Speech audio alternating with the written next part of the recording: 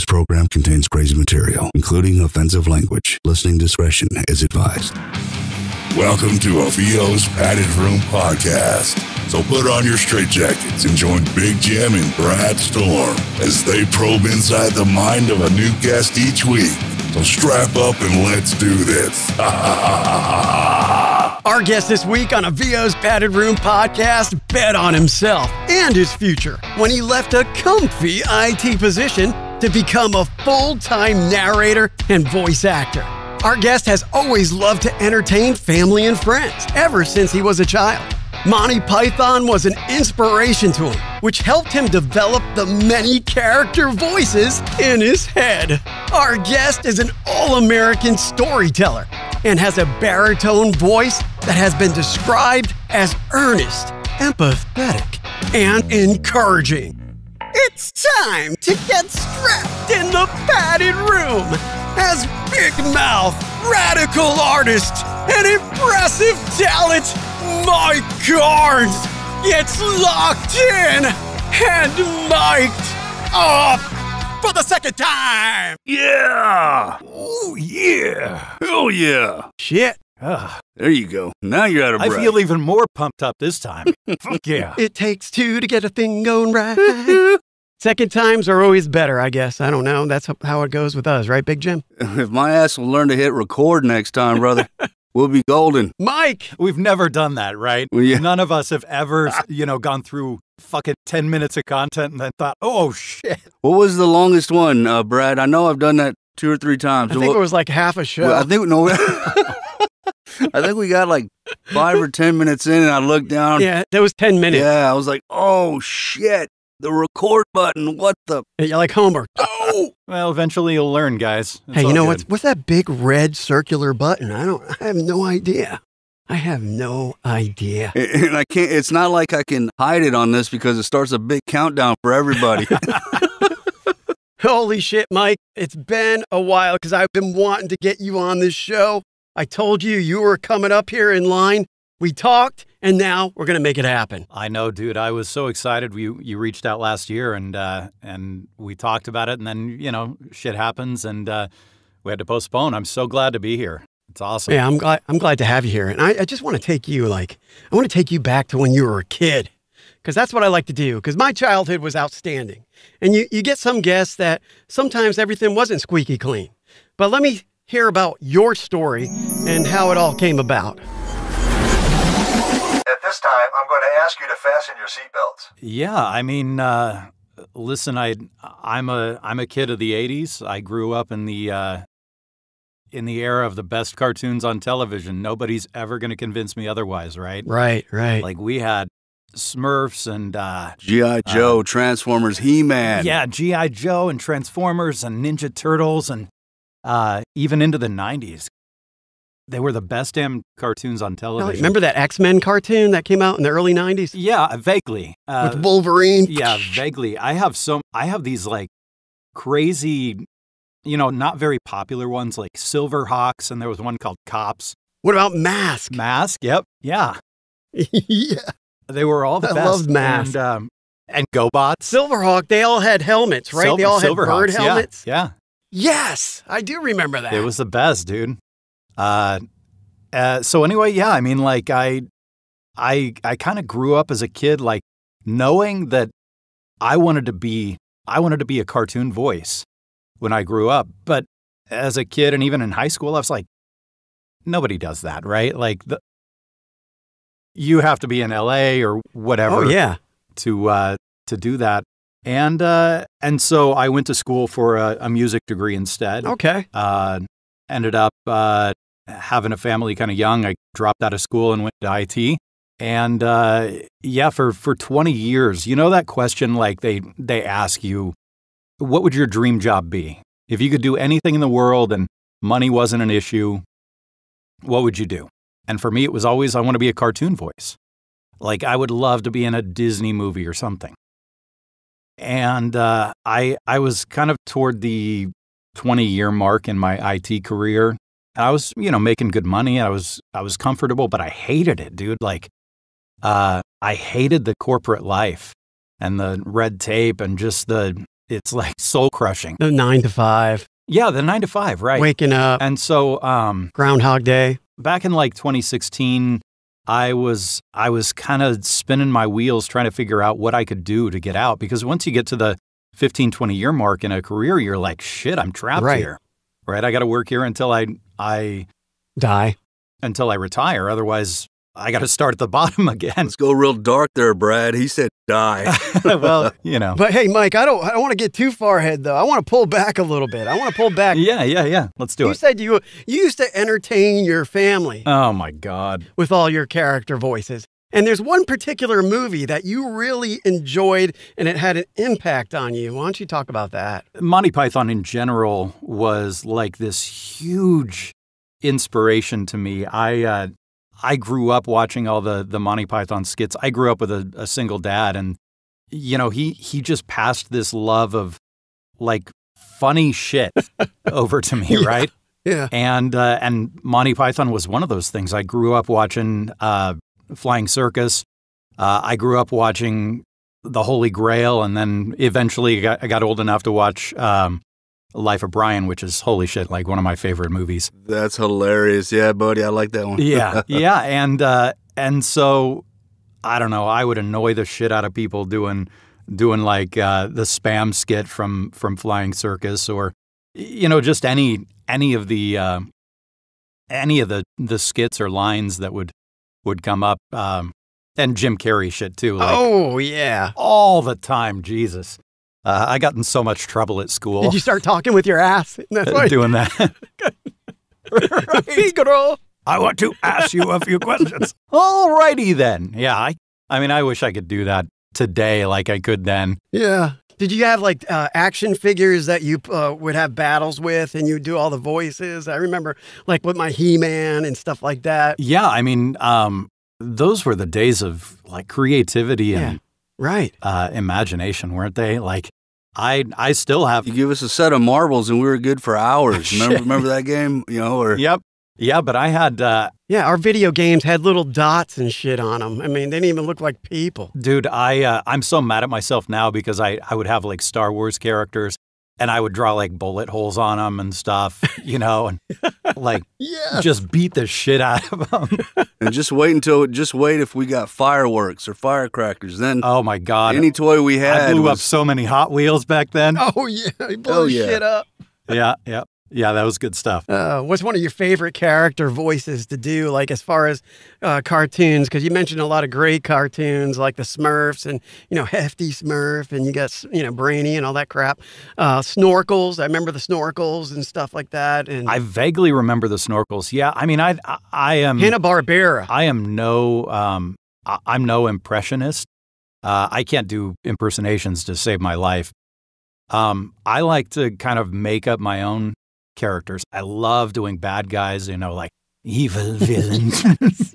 Those are my favorite ones to do. I've done some monsters in audiobooks that are like, oh my God, just so fucking cool. Yeah, your demo, man, with the ring announce and stuff too. I like your demo's top notch. I and you know, I was talking to Tony Weege, and he said you did that all by yourself. You created that whole demo on your own. I did, man. Yeah, I did. Actually, Brad, you and I kind of met. I mean, we'd followed each other on socials, right? But yeah, we met in an engineering class with that Tony led. Yeah. I don't know. So backing up just a bit, I'm a student of everything. Like, I love to learn new shit. I get bored if I'm not learning something new. And I wanted to learn how to be a better engineer for my sound design, right? Of course. And so we took this class and I learned a lot about engineering. And then Tony offered this class for demo production that was like, you know, learn how to produce your own demo spot. You were in his first class, weren't you? I was. And I was like all in, right? I thought, well, if I'm going to do it, I'm going to go ahead and create my own demo, which they always say don't do, but shit, dude. Like, I had so much fun producing it and just making it Time goes by fun. in a blur. When you're having fun doing stuff like that, and Jim knows totally about this too. It's like when you're creating something with sound, if you really enjoy it, it goes by fast. The time, it's like... Yeah, it really does. Yeah, it does, man. Oh, man, does it. Those projects we had in that class, I mean, I would just spend hours just doing it because I just liked doing it. It wasn't work. Yeah, no, it was play. That's all it was. Right. It was just playing until it sounded good. If we can get paid for it... Right? Yeah. One day maybe. Sometimes I'll get going and it's like, audition what? No, wait. All right, I got to audition. Shit. Yeah, damn it. I got to do something, so I'll bang them out real quick and go right back to it, man.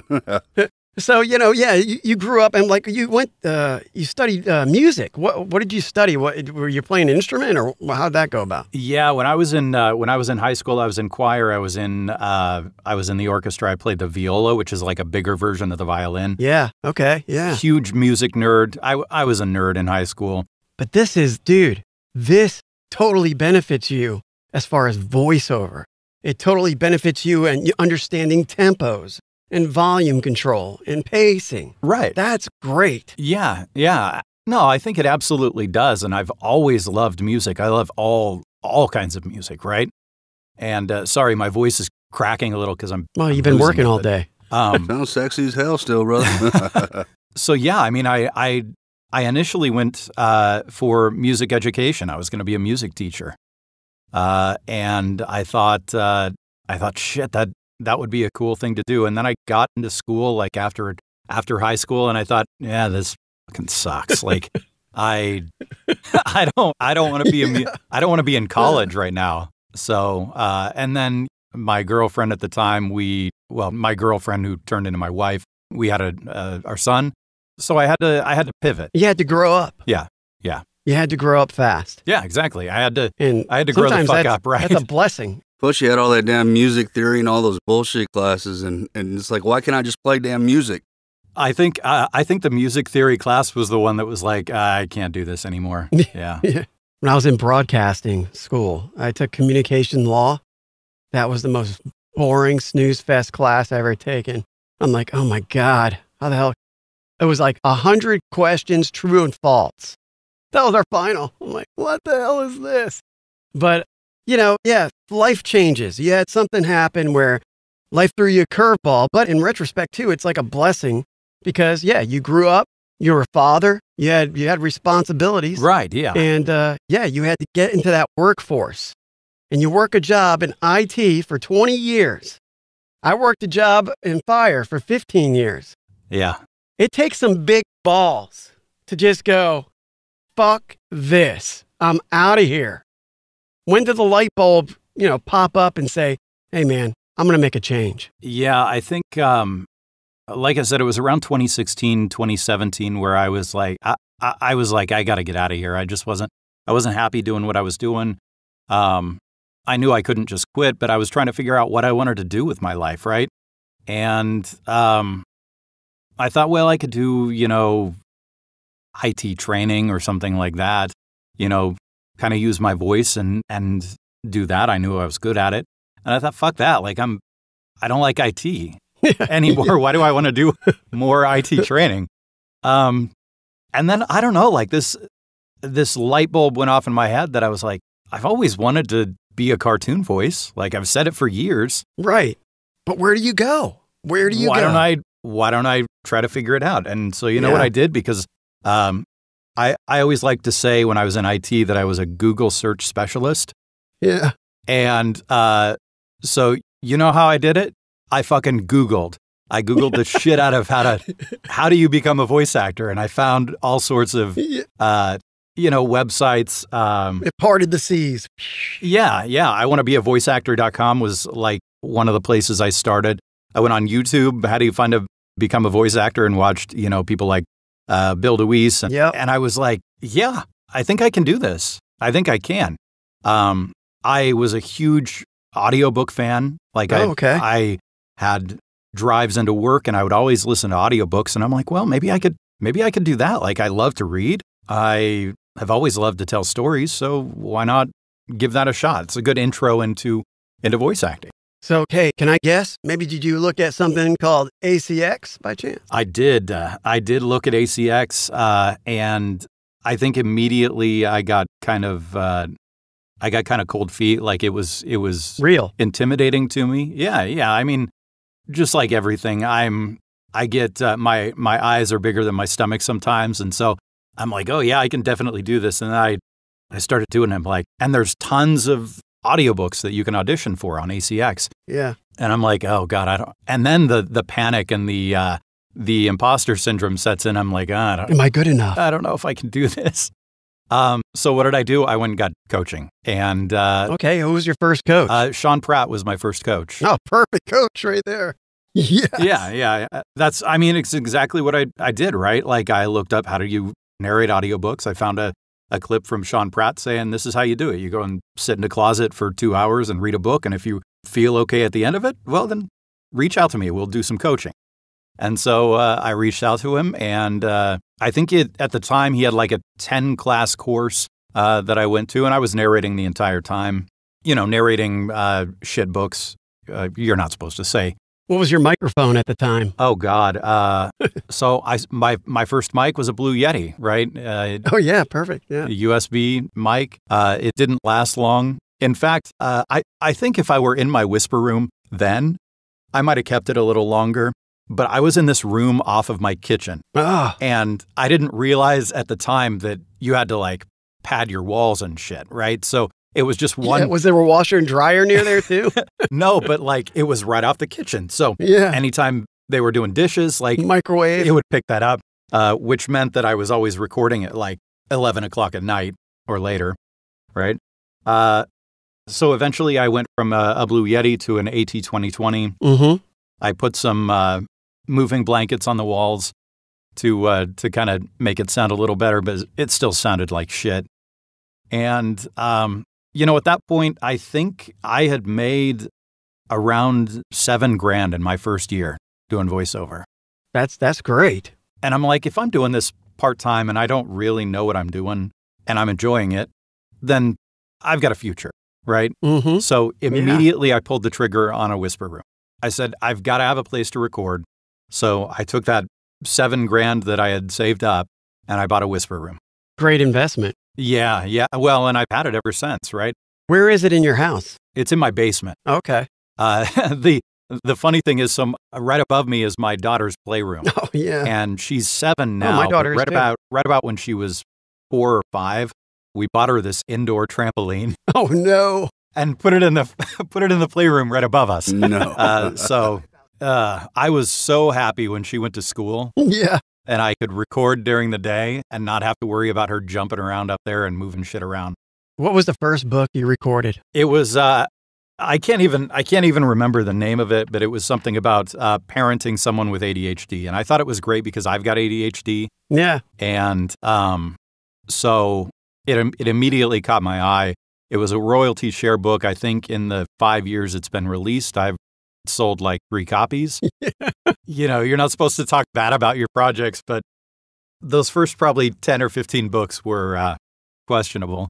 A lot of people that are wanting to get into this, and they always say like, try audiobooks, right? What advice would you give to an up-and-comer that's looking to get into the business? Yeah, it's really tough right now because you've got these ads that I'm seeing on YouTube that are like, you can make $3,000 in a month as a side gig by just reading books out loud. And I'm like, holy shit, really? No, that's not how it works. By paying me $5,000 a month. Right. The best advice I can give anyone is get coaching. I would not be the voice actor, the narrator that I am today without coaching. And I told you, I am like an addict for learning. Yeah, you can't wing it. I'm addicted to learning new shit.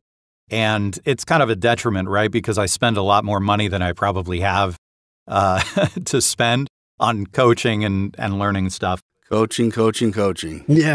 Yeah. Coaching, man. Coaching is the best way, I think, to get ahead. And followed by your environment. Right. Oh, absolutely. Let the games begin! Let the games begin!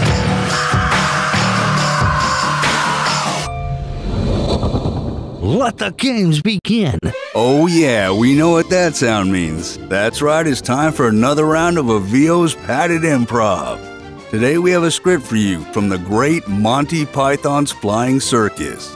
So when you're ready, The mic is yours. There you go. I'm ready. Do it. Morning. Morning. Well, all right. What you got then? Well, there's egg and bacon, egg, sausage and bacon, egg and spam, egg, bacon and spam, egg, bacon, sausage and spam, spam, bacon, sausage and spam, spam, egg, spam, bacon and spam, spam, bacon, spam, spam, egg plus spam, spam and spam, baked beans, spam and spam. Oh, and lobster thermidor crevettes with a Mornay sauce, garnished with truffle patty, brandy, and a broad egg on top, and spam. Spam, spam, spam, spam, spam, spam, spam, spam, spam is spam, wonderful spam. Oh, God. Spam. I'll tell you about spam. We have that at the firehouse for dinner. Or that would be spam, fried spam. We'd have that shit. I'm like, I paid $10 for this shit. That by far was my favorite skit of all time. And I told you I'm losing my voice, so I can't get up in that high register right now. But You did a great job. oh my God, I used to perform that for everybody. That was awesome. Yeah. I had the whole damn thing memorized. Which one was where they chop the dude's legs off and chop his arms off and he's like still trying to fight? That was funny as hell to me. I cut your legs off, you get? It's just a flesh wound. The Black Knight. Yeah, that's a... How'd you feel about that? How'd you feel? Oh, yeah, great, man. If I... Bring back memories? Oh, God, yeah. I remember standing up on stages at my church or at like these little talent competitions and just doing that skit over and over and over. It was so much fun. Yeah, getting in front of people's a good thing when you're young and performing. Yeah, definitely. You have to deal with nerves, anxieties, and you either step up and do it or you just fold. I mean, and yeah, I always was the point of, hey, you got to go at it and do it. And sometimes though, when you're working hard at something and you say you're a never-ending learner and, and that's key, but there's times where you just want to go play Call of Duty, where you just want to take a break and go to the pool or, take a nap or get some rest. Yeah. Burnout is huge in the voiceover community and just any entrepreneurial venture that you go out on. Now, how do you battle these burnout feelings where you're just maybe at the verge of going, fuck this, I don't want to do this anymore. I'd rather just watch 80s cartoons all day. I mean, I've definitely been there, right? I've had days where I'm like, you know what, I'm not going down to the booth today. I'm gonna sit here and definitely binge on Netflix or my escape is cigars and whiskey. Yeah, I know this. Yep. So I'll hop outside and smoke a cigar and drink some whiskey or a beer. But God, burnout it is especially right now. Coming out of a pandemic, we're still in a pandemic, right? Right. And I think people are still not back to the point where they were pre-pandemic, where they felt good about kind of disconnecting and going on vacations and going out and doing fun stuff. So they're still at home, and a lot of times when you're home, what are you doing? You're working. Mm-hmm. I've got ADHD, so like when I'm quiet, when I'm just sitting there, my mind is going crazy. Yeah, I know that feeling. And so what do? I usually work. Yep. If I'm going crazy. Well, hey, do you have this problem? Like you say you go and binge Netflix. I know if I'm watching TV sometimes, I'll be like, fuck, I should be upstairs. I should be doing shit. I should be creating content. I should be auditioning. And you just drive yourself mad. I feel guilty, right? Because I know that I've got... Yeah, guilty as hell. I've got a family to support, right? Right. So what am I doing? Just sitting here not working. And I mean, my wife and I have had arguments about this where I'm working so much, but I feel like I have to work so much to support my family. Right. Yeah, absolutely. Right. And what happens? You get burnout. I've gone through severe burnout this year, even where I take a step back and I even look at it like, do I really want to do this? Yeah. All the time? Do I really want to work 80 hours a week for the next, hopefully 30 years, right? It's just tough. And being an audiobook narrator can really be tough because when you look at the grand scheme of voice acting, like audiobook narration is probably the most work and the lowest pay. Yeah. Right, yeah. I make okay money being an audiobook narrator, but the amount of time that goes into prepping a book and then narrating a book and then sometimes engineering and proofing the book, like the overall production, I can spend 40 hours on a single book. And that's tough because then it's not like I have people handing me work. After 40 hours, what do? I'm off chasing work, right? Or doing auditions or doing whatever. It never ends. It never ends. That never ends. If you're not looking for your next job, you're not making any. You don't have a chance to make money. Yeah, right. Yeah, exactly. But you've got to get past this mentality of I've always got to be working to be successful. It's got to be okay. Yeah, it's going to be okay. Yeah. And you know what? If you need to, go out and get a part-time job doing something fun, right? Right. I got one just to get out of the house. Yeah. Voiceover used to be my hobby, right? And it was my escape from this IT job that was like that soul-sucking career. Yeah. And I don't want voiceover to be that soul-sucking career where I feel like I'm constantly running and just burning myself out. So I've done that too. I mean, I've gone out and just worked other jobs to try to make ends meet or just to kind of give myself a break. Yeah, it's good to get out and about with people. Yeah. I mean, I just came from a part-time job today, and it just, I don't mind waking up early to go to my part-time gig. I don't mind going and doing the work. And the good thing too, if you're in voiceover, it's good to have a flexible job though, where you can make your own hours and you don't have to work, certain, every day of the week, because that's a lot to take in. Right. It's a lot to take in. And it's always nice to have too, because like shit right now, my voice is going, so I can't narrate a book. Right. So yeah. It's nice to have some side work. Because you're not always going to be healthy. Yeah, what's been the most challenging thing for you outside of burnout this past year? Imposter syndrome, man. Still, huh? Mike, you're good as hell, man. You're great. It doesn't seem to matter. It doesn't. It doesn't seem to matter. I've got 110 books that I've narrated. I saw them on your website. Yeah, I mean, I've been successful, right? Yeah. And still, every time I turn in a job, there's always that voice in the back of my head that says, "Oh, the author's going to hate it." Yeah. Or God, this really sucks. Like you just didn't do a good job. Do you practice positive affirmations or anything like that, or you write down? Yeah, I try. I definitely try. I try to, but I'm also a pretty logical person. Yeah. Like from a logical standpoint, I know that that's not the case, right? Right. I know that last year I was able to pay my bills with the work that I'm doing. That's winning. Right. Yeah. So I can kind of tone down that voice a little bit, but it's always there. I have the same problem. I don't know how to get rid of it. I've been working on it for years. Yeah. Ever since I was a ring announcer, I always would think about what's the worst thing that's going to happen? I'm going to screw up this guy's name, or, he's going to kick my ass after I screw up his name, or, which wasn't part of the script. So, but I've been working on it. You got to work on those things. It's like that's something we all have to work on. And we just got to either, like you said, you're logical, or write down good things in your life. Because if we're walking and talking and breathing, life's good for us. It's a win for sure. Right. Yeah. We're exactly. blessed. Yeah. I meditate a lot. I try to meditate. And you do a lot of meditation work. I do a ton of meditation work. Yeah. I love it. And I think it's because I connect with it so well. Right.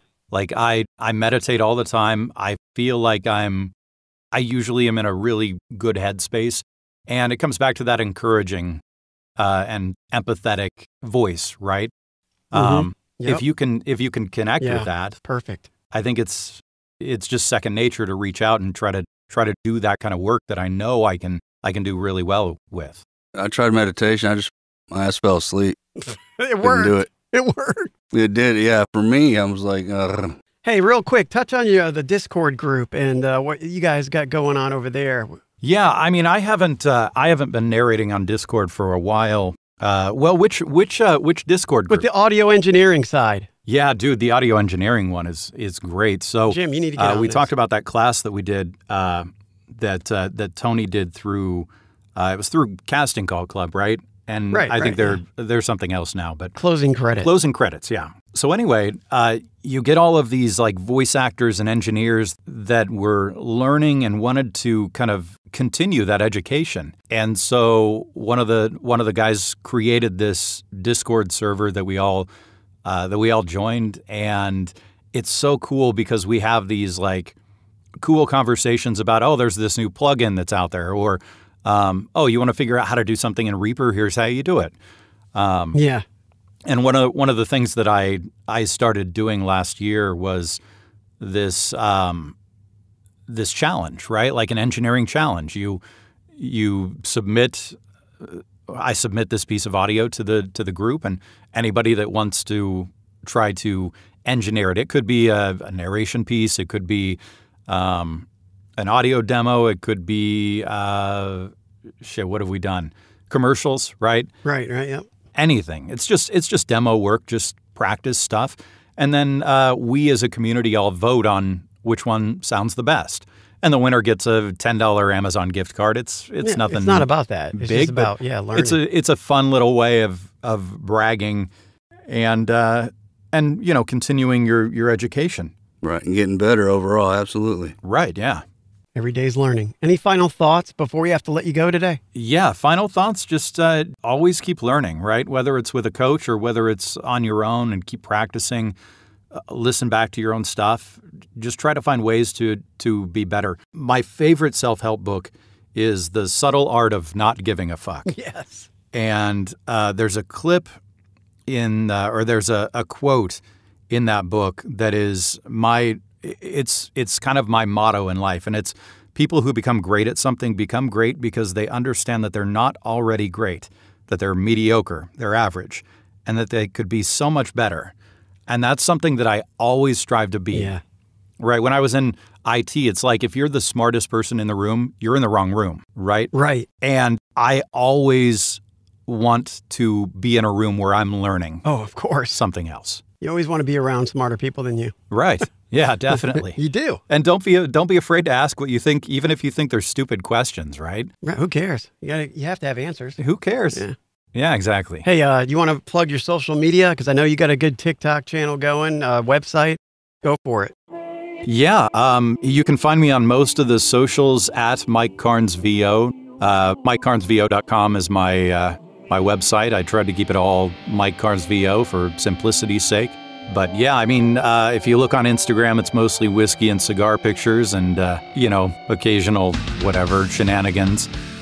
TikTok's fun. I like your videos in the booth. Yeah, TikTok. I resisted TikTok for the longest time, right? I thought, it's for the kids. I understand. And then I got COVID last November, and we couldn't do anything. So I'm sitting here just scrolling through TikTok. I probably wasted 30 hours in a week scrolling through TikTok. And then I stumbled across these narrators who were doing clips in the booth, and I'm like, holy shit, why am I not doing this?